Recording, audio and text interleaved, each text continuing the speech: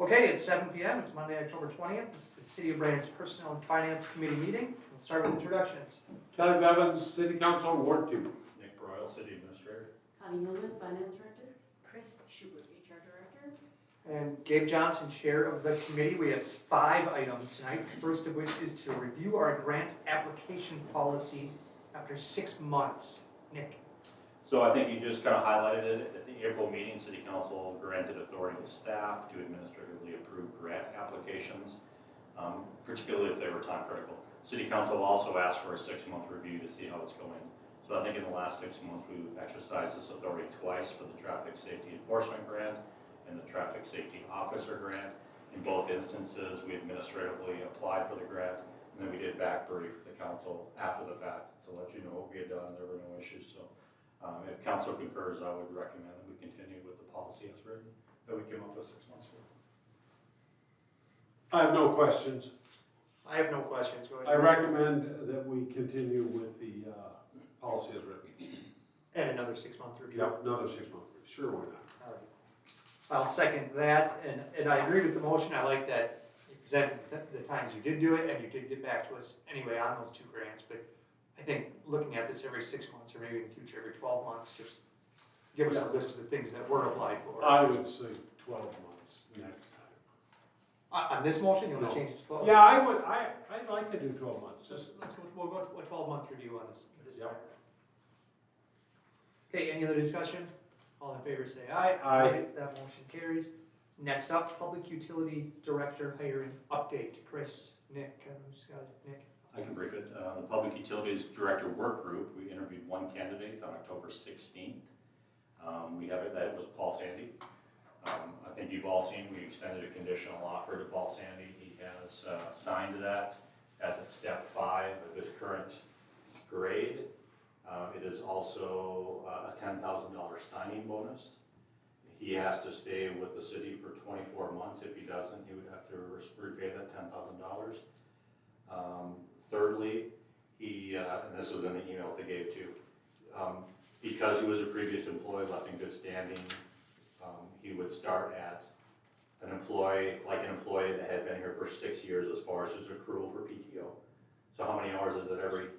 So for his vacation, normally they would start at 10 hours a month. He's starting at 14. He's starting like as a 6-year employee. He's been here for 6 years. And I think that's fair since he left in good standing. I don't have any issue with that. Was there one other item? The 40 hours of vacation leave. Yes. He had previously a commitment for vacation around Christmas, New Year's. So HR said we can preload his vacation balance by 40 hours, and then he would not start accruing until he has worked off essentially that 40 hours.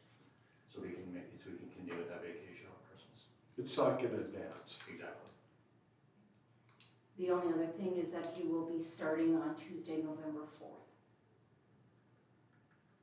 So he's not going to come to the November 3rd council meeting. Well, presumably he will give his 2-week notice tomorrow. He's not going to do anything until after council makes a motion tonight. So I presume he would give his 2 weeks notice tomorrow, so it would be 2 weeks from then.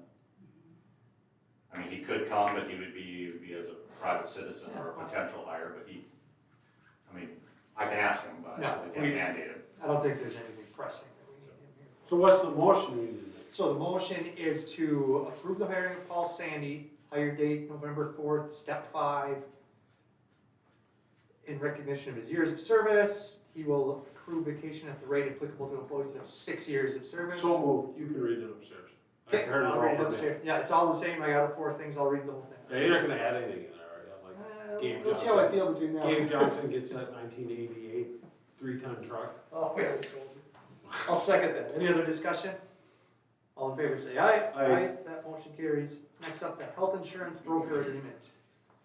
In your packet is the 2026 service agreement between the city and North Risk Partners for them to be our 2026 health insurance broker for our Better Health Collective Plan. This agreement would be effective October 1st. In the broker, we do it that way because the broker assists us with our 2026 open enrollment. The broker fee is split between the city, public utilities, and the HRA based on the number of employees enrolled in the Better Health Collective Plan. So the city share for that broker's fee for 26 would be $11,000. Just a side note, we recently went out for requests for proposals. The broker did help us negotiate a reduced rate, and the premium savings from that negotiation that they were able to entertain saved the city about $150,000 in premiums just for 2026. So the recommended motion is to authorize retaining Northwest Partners as our health insurance broker for 2026 for the Better Health Collective. Further, to approve the 2026 service agreement between the city and Northwest Partners. So moved. Second, any discussion? Nope. All in favor, say aye. Aye. That motion carries. Next up, accept a retirement of HR Director Schubert. Chris? Nick? I'll kick it off, and then Chris can fill in. So Chris has submitted a retirement notice. Her last day will be 23 Jan 26. Staff recommends accepting her retirement and authorize staff to conduct an internal hiring process for her backfill. So the recommended motion would be to move to accept the resignation of HR Director Chris Schubert, effective January 24th, 2026. Further, to approve the updated HR Director job description as presented. And lastly, to authorize staff to conduct an internal hiring process to backfill the position. No questions? So moved. Second, I asked Nick on Wednesday, and I think he's probably thought about it, and Chris as well, like, if we have the correct structure in our HR department, with an HR director, Yeah. department head, and one assistant HR person under it, or if there is something we should change going forward, and obviously staff's recommendation is, My we recommendation think we have the right model. Maintain the status quo. Yeah.